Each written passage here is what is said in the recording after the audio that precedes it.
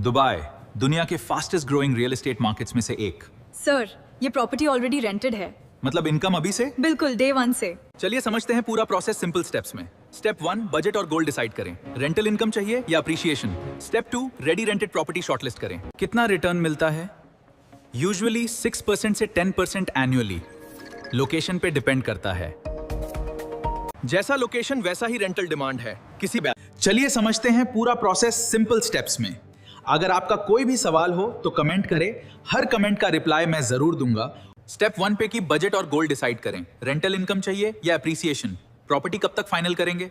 Property आप cash में लेंगे या मॉर्गेज में? मैं आपको आपकी बजट और चॉइस के हिसाब से बेस्ट ऑप्शंस दिखाऊंगा। लोकेशन, ROI और रेंटल डिटेल समझाऊंगा। अब हम आपको स्क्रीन पर पूरा वर्चुअल प्रॉपर्टी विजिट करवाते हैं जिसमें हर एंगल से अपार्टमेंट दिखाया जाता है।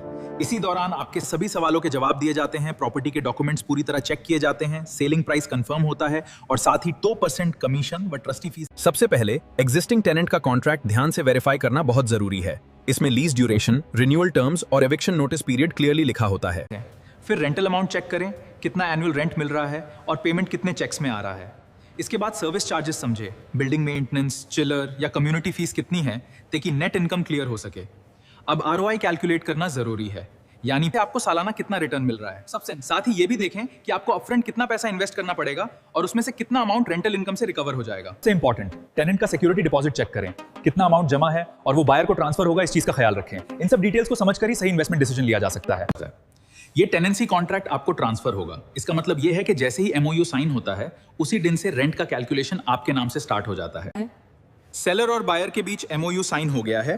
अब दोनों पार्टीज 10% प्रॉपर्टी वैल्यू के चेक्स एक्सचेंज करती हैं। ये चेक्स एजेंसी के पास सेफ कस्टडी में रहते हैं जब तक प्रॉपर्टी ट्रांसफर कंप्लीट नहीं हो जाती।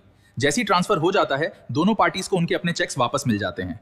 प्रॉपर्टी का final transfer Dubai land department trustee office में होता है। इस वक्त बायर को MOU में मेंशन किया हुआ 100% प्रॉपर्टी वैल्यू का मैनेजर्स चेक लेकर प्रेजेंट होना जरूरी होता है। साथ ही सेलर और बायर दोनों रिक्वायर्ड डॉक्यूमेंट्स कंप्लीट करते हैं और पेमेंट सेटल होती है। दुबई लैंड डिपार्टमेंट के अप्रूवल के बाद प्रॉपर्टी ऑफिस बायर के नाम ट्रांसफर कर दी जाती है और उसे न्यू टाइटल डीड इश्यू होता है जो लीगल ओनरशिप का प्रूफ होता है।